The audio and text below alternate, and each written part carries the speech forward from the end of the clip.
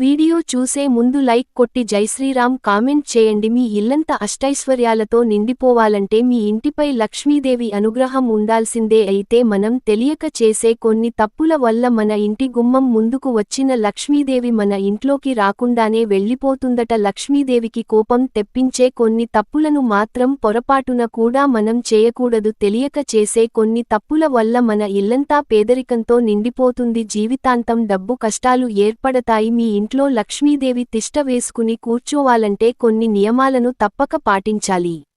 అప్పుడు మాత్రమే మీ ఇల్లంతా కనక వర్షంతో నిండిపోతుంది. ముందుగా ఈ వీడియోకి ఒక లైక్ కొట్టి మన ఛానల్ని సబ్స్క్రైబ్ చేసుకోండి. లైక్ కొట్టడం మాత్రం అస్సలు మర్చిపోకండి. మన ఇంటి గుమ్మాన్ని లక్ష్మీ స్వరూపంగా భావిస్తారు కాబట్టి ఇంటి గడపలు పొరపాటున కూడా తొక్కకూడదు. ఇంటి గడప పైన కాలు పెడితే ఇక మీ ఇంటికి ఆర్థిక సమస్యలు మొదలైనట్టే. ప్రతి శుక్రవారం ఇంటి గడపలకు పసుపు రాసి ఇంటి ముందు ముగ్గులు వేసుకోవాలి. ప్రతి శుక్రవారం గడప పూజ చేస్తే మీ ఇంట్లో పుష్కలంగా డబ్బు ఉంటుంది. ఇక సాయంత్రం 6 దాటిన తర్వాత స్త్రీలు జుట్టు దువ్వకూడదు. సాయంత్రం వేళలో తల వెంట్రుకలను దువ్వుకుంటే మీ ఇంట్లోకి దరిద్రదేవత అడుగు పెడుతుంది. కాబట్టి సాయంత్రం సమయంలో పొరపాటున కూడా జుట్టు విరబోసుకుని ఉండటం, తల వెంట్రుకలను దువ్వడం చేయకూడదు. మన హిందూ ధర్మశాస్త్రాలలో చీపురుకు చాలా ప్రాధాన్యత ఉంటుంది. చీపురును కూడా లక్ష్మీదేవి స్వరూపంతో పోలుస్తారు. అయితే రాత్రి సమయంలో మాత్రం ఇంట్లో ఉండే చీపురును నిటారుగా నిలబెట్టకూడదు. చీపురును అడ్డంగా పడుకోబెట్టి అప్పుడు మాత్రమే మనం నిద్రించాలి. ఇలా ఎవరైతే చేస్తారో అలాంటి ఇళ్లలో శ్రీ మహాలక్ష్మి దేవి తిష్ట వేసుకుని కూర్చుంటుంది. ఎవరైతే డబ్బు సమస్యలతో ఇబ్బంది పడుతున్నారో అలాంటివారు ప్రతిరోజు బ్రహ్మ ముహూర్తం సమయంలో చీపురుతో మీ ఇంటిని శుభ్రం చేయండి. బ్రహ్మ ముహూర్తంలో ఇంటిని శుభ్రం చేసుకుంటే మీ ఇంటి పేదరికం తొలగిపోతుంది. వద్దన్నా సరే మీ ఇంటికి డబ్బు చేరుతుంది. అలాగే తులసిని పూజించిన ఇళ్లలో పుష్కలంగా డబ్బు ఉంటుంది. ప్రతిరోజు తులసి మొక్కకు నీళ్లు పోసి తులసి చుట్టూ ప్రదక్షిణాలు చేస్తే ఇక మీ ఇల్లంతా బంగారంతో నిండిపోతుంది. అయితే ఆదివారం రోజున మాత్రం పొరపాటున కూడా తులసి మొక్కను పూజించకూడదు. అలాగే శనివారం మరియు ఏకాదశి రోజుల్లో తులసి దళాలను కోయకూడదు. ఇక మనలో చాలామంది కాళ్లు కడుక్కోకుండా ఇంట్లోకి వస్తూ ఉంటారు. ఇలా చేయడం వల్ల మీ ఇంట్లోకి చెడు సభ్యులు ప్రవేశిస్తాయి. ఇక మీ ఇంటికి కష్టాలు ప్రారంభమవుతాయి. కాబట్టి కాళ్లు కడుక్కోకుండా ఇంట్లోకి రాకూడదు. సంపదలకు దేవుడైన కుబేరుడు ఉత్తర దిశలో కొలువై ఉంటాడు. కాబట్టి మీ ఇంటి ఉత్తర దిశ పరిశుభ్రంగా ఉండాలి. ఉత్తర దిశలో చెత్త లేకుండా జాగ్రత్త పడాలి. ఉత్తర దిశలో పనికిరాని వస్తువులు ఉంటే లక్ష్మీదేవికి కోపం వస్తుంది. ఇక మీ ఇంటి సంపద నశించిపోతుంది. ఇక సాయంత్రం సమయంలో పొరపాటున కూడా చీపురుతో ఇంటిని శుభ్రం చేయకూడదు. ఇది మీ ఇంటికి దురదృష్టాన్ని తీసుకువస్తుంది. సాయంత్రం సమయంలో చీపురుతో ఇంటిని శుభ్రం చేస్తే లక్ష్మీదేవికి కోపం వచ్చి మీ ఇంటి నుండి వెళ్ళిపోతుంది. వంట పాత్రలను స్టవ్ పైన ఉంచకూడదు.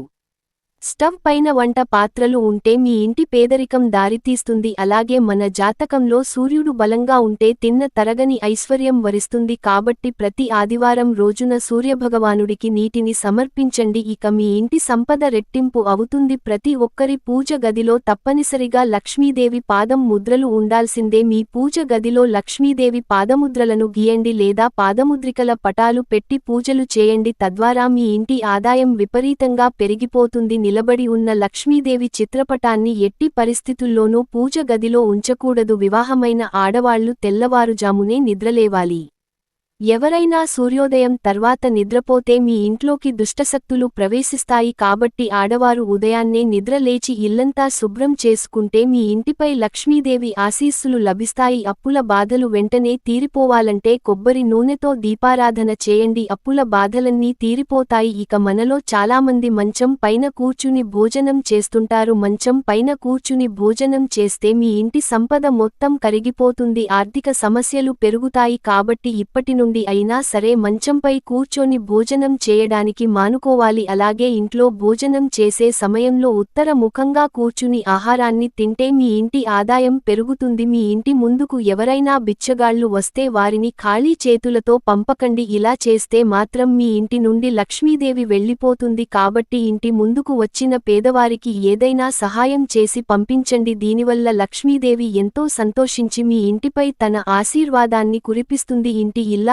కంటతడి పెట్టిన చోట లక్ష్మీదేవి ఒక్క క్షణం కూడా నిలవదు. కాబట్టి వివాహమైన ఆడవారు పొరపాటున కూడా నటింట్లో ఏడవకండి.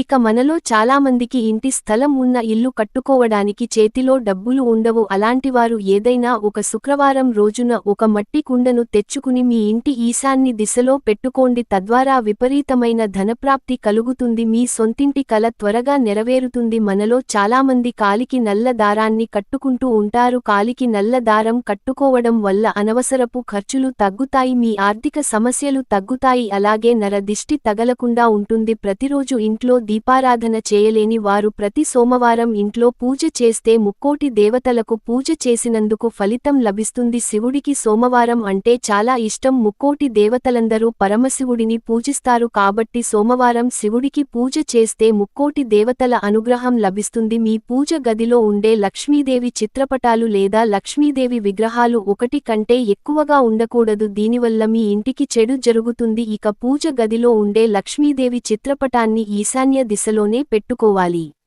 దీనివల్ల మీ ఇంటి ఐశ్వర్యం పెరుగుతుంది. పశ్చిమ దిశలో మాత్రం ఎట్టి పరిస్థితుల్లో లక్ష్మీదేవి చిత్రపటం ఉంచకూడదు. మన ఇంటి ప్రధాన ద్వారం గుండాలి. ముక్కోటి దేవతలు మన ఇంట్లోకి అడుగు పెడతారు కాబట్టి ప్రతి ఒక్కరి ఇంటి ముందు ఖచ్చితంగా స్వస్తిక్ గుర్తు ఉండాలి. తద్వారా మీ ఇంట్లోకి దేవతలు అడుగుపెడతారు. ప్రతి శుక్రవారం లక్ష్మీదేవికి పూజలు చేస్తే స్త్రీలకు దీర్ఘ సుమంగళ ప్రాప్తివరిస్తుంది. శుక్రవారం నాడు భార్యాభర్తలు గొడవపడితే అలాంటి ఇళ్లలో లక్ష్మీదేవి ఉండదు. ఇంట్లో ఎల్లప్పుడూ డబ్బు కష్టాలే ఉంటాయి. శుక్రవారం ఇంట్లో గొడవలు పడితే భార్యాభర్తలు ఎప్పటికైనా సరే విడిపోయే అవకాశాలు ఉన్నాయి. ఎవరైతే ఇంటిని పరిశుభ్రంగా ఉంచుకుంటారో అలాంటి ఇళ్లలోకి లక్ష్మీదేవిని మనం పిలవకపోయినా సిరిసంపదలు తీసుకొస్తుంది. ఎవరైతే తీరని కష్టాల్లో ఉన్నారో అలాంటివారు ప్రతి శుక్రవారం రోజున లక్ష్మీ గాయత్రి మంత్రాన్ని జపించండి. మీకున్న సమస్యలన్నీ వెంటనే తొలగిపోతాయి. ఈ వీడియో మీకు నచ్చితే లైక్ చేసి సబ్స్క్రైబ్ చేసుకోండి. మీకున్న ధర్మ సందేహాల గురించి జై శ్రీరామ్ అని కామెంట్ చేయండి.